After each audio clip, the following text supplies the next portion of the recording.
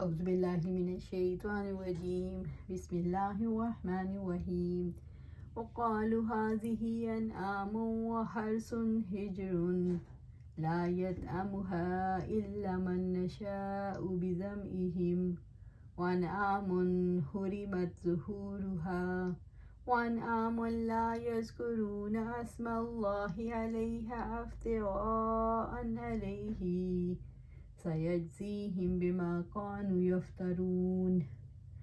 اور اپنے زعم باطل میں انہوں نے کہا یہ جانور اور کھیت ممنوع ہیں، انہیں کوئی نہیں کھائے گا مگر وہی جسے ہم اپنے خیال کے مطابق چاہیں گے، اور کچھ جانور ہیں ان کی پشتیں حرام کر دی گئی ہیں، اور کچھ جانور ہیں جن پر وہ اللہ تعالیٰ کا نام ذکر نہیں کرتے، اس پر جھوٹ باندھتے ہوئے جلد ہی وہ انہیں اس کا بدلہ دے گا، اس وجہ سے وہ جھوٹ باندھتے تھے۔ سورۃ الانعام آیا 138۔ عربوں کی حماقت کی ایک قسم یہ بھی تھی، انہوں نے مویشیوں اور کھیتیوں کے بارے میں بدعت گھڑ لی۔ ان کے یہاں کچھ جانوروں کی پیٹھ پر سوار ہونا اور ان پر بوجھ لادنا حرام تھا۔ کچھ جانوروں کے بارے میں ان کا عقیدہ تھا کہ ان پر سوار ہوتے وقت یا ان کا دودھ نکالتے وقت اللہ تعالیٰ کا نام نہیں دیا جا سکتا۔ بحیرہ یا سائبہ جانوروں کو ذبح کرنے کے بعد پیٹ کے بچے کے بارے میں پابندی تھی کہ زندہ نکلا تو گوشت صرف مرد کھائیں، عورتیں نہیں۔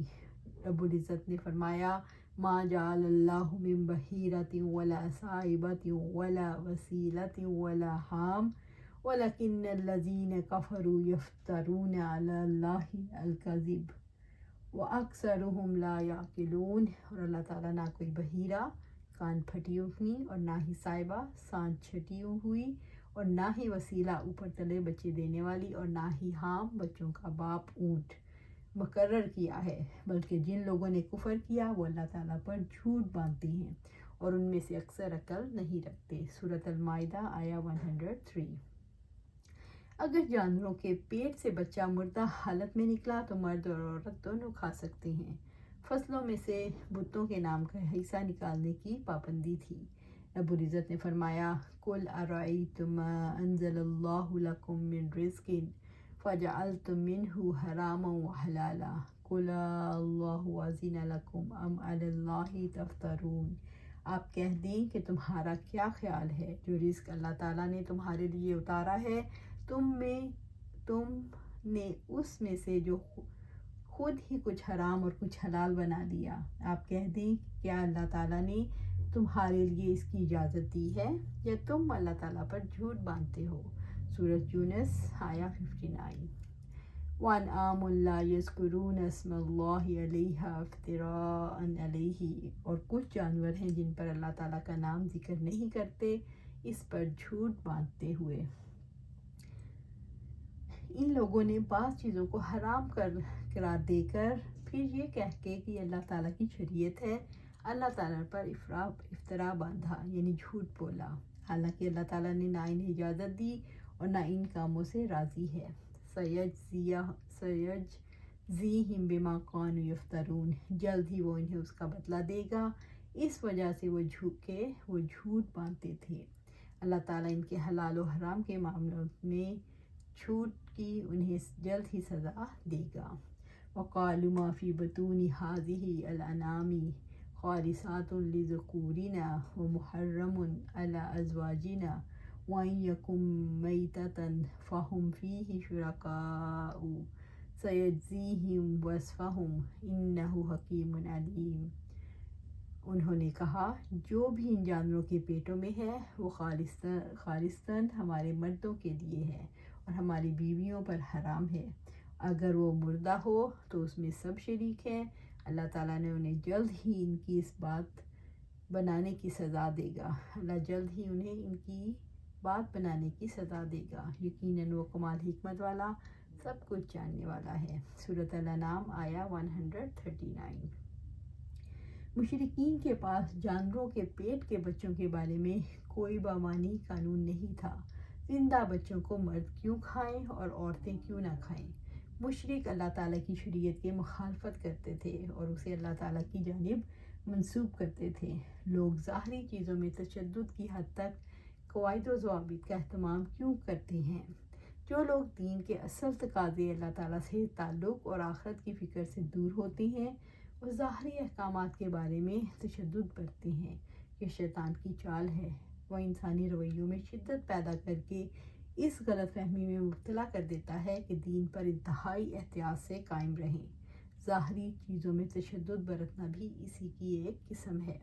ظاہری اعمال میں تشدد برتنے والے کیسے لوگ ہوتے ہیں؟ ظاہری اعمال میں تشدد برتنے والے خشوع و خضوع سے خالی ہوتے ہیں۔ ظاہری آداب کا خیال کر کے ایسے لوگ سمجھتے ہیں انہوں نے عبادت کا حق ادا کر دیا۔ سیجزیہم وصفہم، اللہ تعالیٰ انہیں جلد ہی ان کی بات بنانے کی سزا دے گا۔ اللہ تعالیٰ انہیں اپنی شریعت کی مخالفت اور اللہ تعالیٰ پر جھوٹ باندھنے کی سزا دے گا۔ انہ حکیم علیم، اللہ تعالیٰ انہیں جلد ہی ان کی بات بنانے کی سزا دے گا، یقیناً وہ کمال حکمت والا سب کچھ جاننے والا ہے۔ اللہ تعالیٰ کو ان کی افتراء پردیزیوں کا خوب علم ہے، جھوٹ بولنے کا۔ وہ ان کی باتوں اور ان کے معاملات کو جاننے والا علیم ہے۔ اللہ تعالیٰ حکیم ہے، وہ اپنے افعال، اقوال اور اپنی تقدیر شرعی اور تقدیر جزائی میں بڑی حکمت والا ہے۔ وہ اپنی حکمت سے لوگوں کو معاف بھی کرتا ہے اور سزا بھی دیتا ہے۔ اللہ تعالیٰ سے دعا ہے اپنے دین پر قائم رہیں، اور اپنا دین وہی ہے جو آپ صلی اللہ علیہ وسلم نے ہمیں سکھایا، جو قرآن و سنت سے ثابت ہے۔ بدعات میں نہیں پڑھنا، ایسی باتیں نہیں کرنا جو ہمارا کلچر کا حصہ ہے۔ کوئی بھی کلچر نہیں، ہم نے صرف اور صرف اللہ سبحانہ تعالیٰ سے گائیڈنس لینی ہے جو قرآن اور اس کے جو قرآن و سنت سے ثابت ہے۔ قد خسر الذین قتلوا اولادہم سفہا بغیر علم وحرموا ما رزقہم اللہ افتراء علی اللہ قد ضلوا وما كانوا مہتدین۔